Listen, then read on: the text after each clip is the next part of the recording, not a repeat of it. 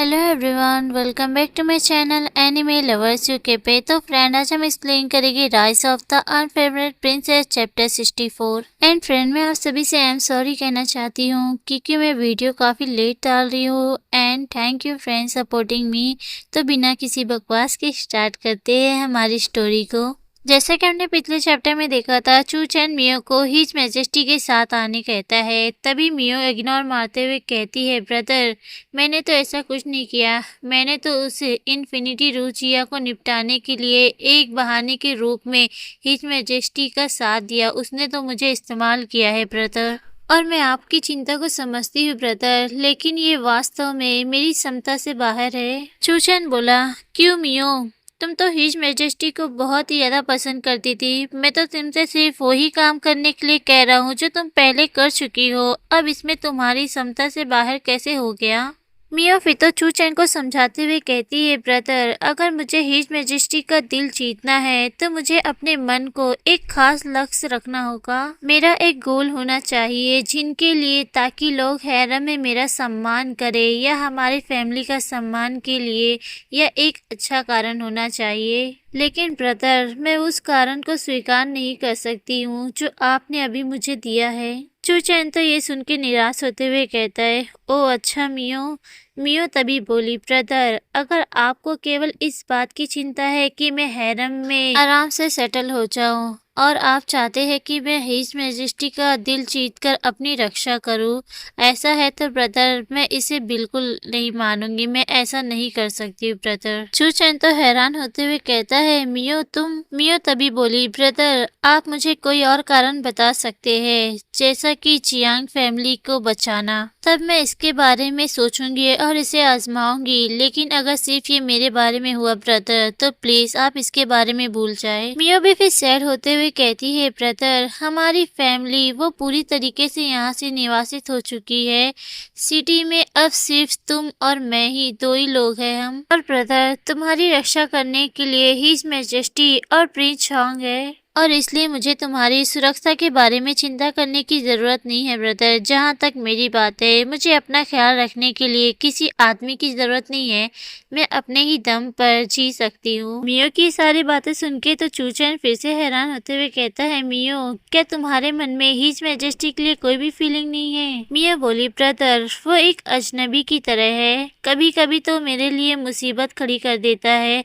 इसमें मेरे मन में कोई भी उसके लिए फीलिंग्स नहीं है। मियो भी फिर अपनी मन की सारी बातें कह देती है, ब्रदर हम मौत से बच नहीं सकते हैं, लेकिन मैं बिना किसी सम्मान के उनके सामने घुटने के बल जीने से अच्छा है कि मैं सीधे खड़े होकर मरना पसंद करूंगी। चू चैन भी मियो की बातों को समझ जाता है और इमोशनल होते हुए प्यार से मियो को छूते हुए कहता है, मियो मैं गलत था।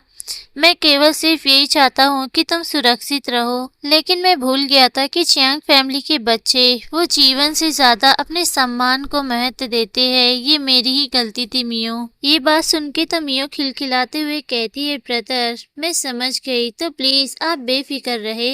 मैं हैरम में ठीक रहूंगी। मैं अपने लिए लड़ूंगी। अगर लोग मुझे चोट पहुंचाएंगे तो मैं उन्हें भी वापस चोट पहुंचाऊंगी। मेरी चिंता मत करो ब्रदर। चू चैन भी सैड होते हुए कहता है, मैं कैसे चिंता ना करूं मियो? तुम हमारे घर की एक कमजोर लड़की हो, तुम्हारे लिए कोई नहीं है। क्या होगा अगर तुम्हारे साथ कुछ बुरा हो जाए? मियो तो ये सुन के हंसते हुए अपने हाथों को दिखाते हुए कहती है, ब्रदर मेरे टोले शोले से देखो, चिंता मत करो, मैं स्ट्रांग हूँ। चू चैन तो मियो को इस तरह देख के वो भी खुश हो जाता है और हंसते हुए कहता है, ठीक है बाबा, तुम एक स्ट्रॉन्ग कर लो। मियो फिर तो कुछ सोचते हुए कहती है, ब्रदर मैं आपसे कुछ पूछना चाहती हूँ, क्या आप इन्फिनिटी रुचिया को जानते हैं? चू चैन बोला, मियो वो इम्पीरियल अंकल काओ की एकमात्र बेटी है, मैंने उसके बारे में सुना है। मियो भी तभी चू चैन को बताती है, ब्रदर इन्फिनिटी रुचिया वो हिज मैजेस्टी के पद की उम्मीदवार थी जिन्हें एम्प्रेस ड्रैगन ने चुना था। और हाँ, कई लोगों ने ये भी कहा था कि एम्प्रेस ड्रैगन को उससे लगाव था, लेकिन सुंदरता की वजह से यूचियाओ ने उसे मना कर दिया। और हाँ ब्रदर, यूचियाओ ने तो इन्फिनिटी रुचिया को उसने तो एंशिएंट टेम्पल में उसे भेज दिया है। क्या आप मुझे इसके बारे में समझा सकते हो ब्रदर?